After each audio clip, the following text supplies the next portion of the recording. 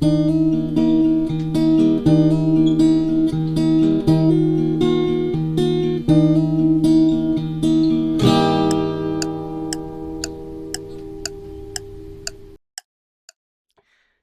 I'm Andrew with 10 Minute Therapy.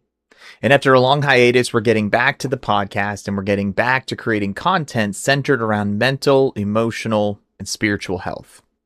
And so to kick us back off after being away for some time, I thought it might be helpful for us to go through over a course of 10 minutes some basic things that we can do throughout the course of this summer as parents to help support the mental, emotional, and spiritual health of our children over the course of summer. We want summer to be a time that we enjoy, that we play, that we laugh, and we make memories. But what often happens is if we're not intentional about how we use this extended time away from school, summer can become more of a detriment to our children's progress and development. So, without further ado, let's start the clock and we'll get right to it.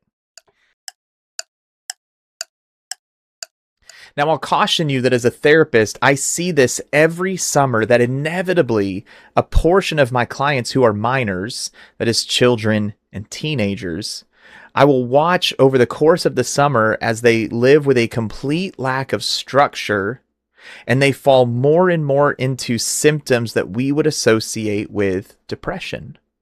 Now, this isn't a clinical depression or a depression that even necessarily needs to be treated with medication. This is a depression that comes from a lack of stimulation, from extended use of electronics, a lack of sunlight, a reversed sleep schedule. And so these are things that are completely avoidable for us as parents. And all we have to do is do some basic and intentional things. And let's start with the first one.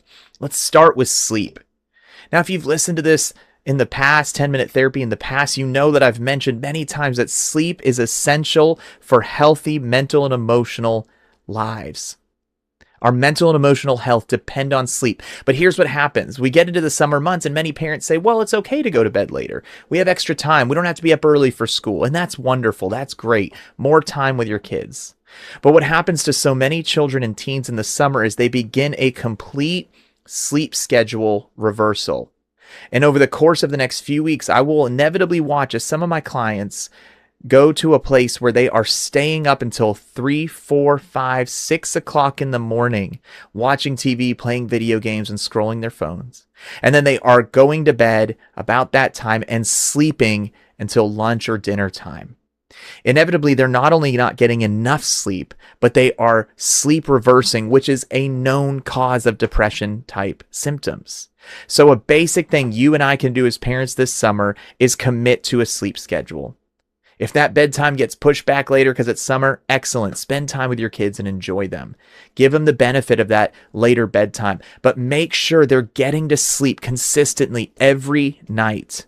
One way to do that is make sure that all electronic devices are shut off and turned in by a set time every night. It's a simple thing we can do. It's a battle worth fighting to protect our children's and teens' sleep so that they're then getting to bed, getting a good night's rest. And then the second part of that sleep schedule, of course, is a wake-up time. Have a set wake-up time in your house. And maybe it's later on the weekends and a little bit earlier on the weeks. Whatever you decide, have a regulated sleep schedule for your children.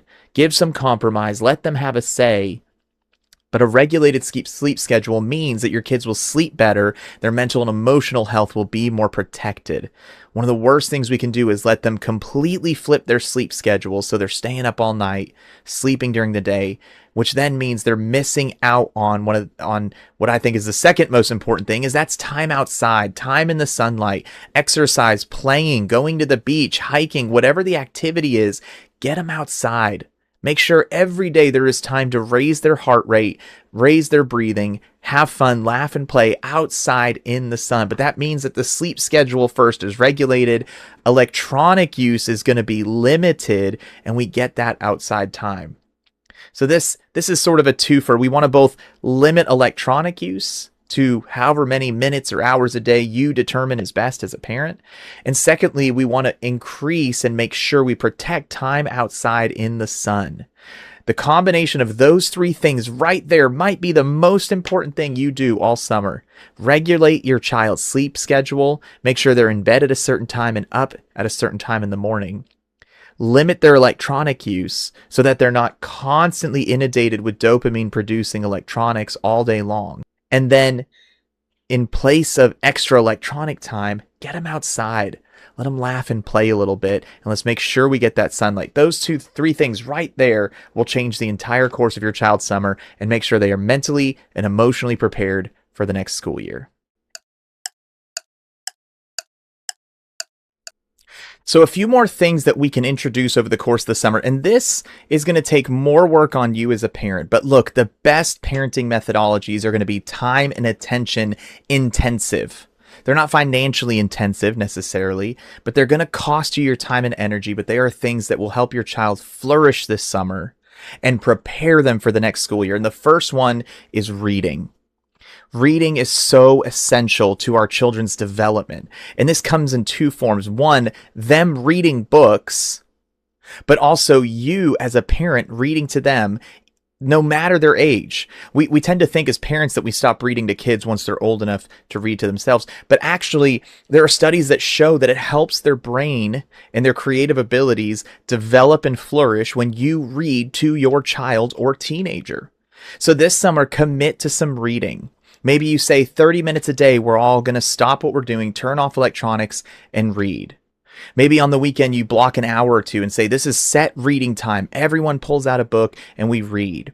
One way to get kids excited about reading, start the summer off by running down to half-price books and let your kids pick out a new book that they'll start working on this summer. Something we're going to do in my household is we're going to start reading together every night before bed. We're going to set aside 15 or 20 or 30 minutes or an hour, whatever we have that night, and we're going to start reading through the Chronicles of Narnia series. And I will be reading to my children who are both teenagers. They can read for themselves. They don't need that, but it's helpful for their brains to imagine and listen, and it creates good connection in our family. So commit to some reading this summer. There are studies that estimate that your child will lose 20 to 30% of all the knowledge and information they learned all year long by sitting around all summer, not reading and just engaging in electronic use. So let's combat that by intentionally placing reading as one of our summer goals. And as the parent, lead that with your family. Find creative ways to bring that in. And that leads me to the next part, which is create creative space.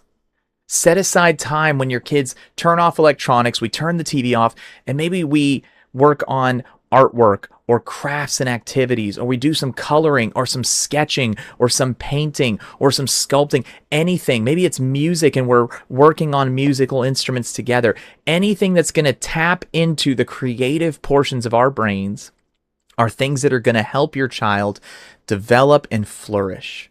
So again, look for opportunities to not only read with your kids or create opportunities for them to read, but also make creative opportunities, time set aside for drawing, sketching, writing, playing music, anything that will tap into their creative parts of their brains. And this leads me to our final point in our 10-minute therapy episode today, which is quality time. Summer is the most perfect time. Your kids are home all the time.